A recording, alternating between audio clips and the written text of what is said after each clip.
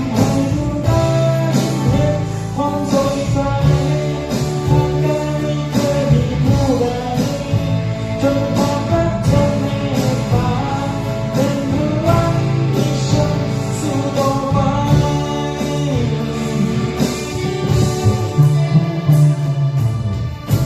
ก่อนดวงดาวจะเต็มฟ้าก่อนชีวิตจะรู้คุณค่าก่อนสิ้นศรัทธาจากหัวใจก่อนที่คนอย่างฉันจะหมดไปให้ใจไม่เคยมีผู้ใดจนความรักเธอเข้ามาทำให้ดวงตาฉันเห็นความสดใส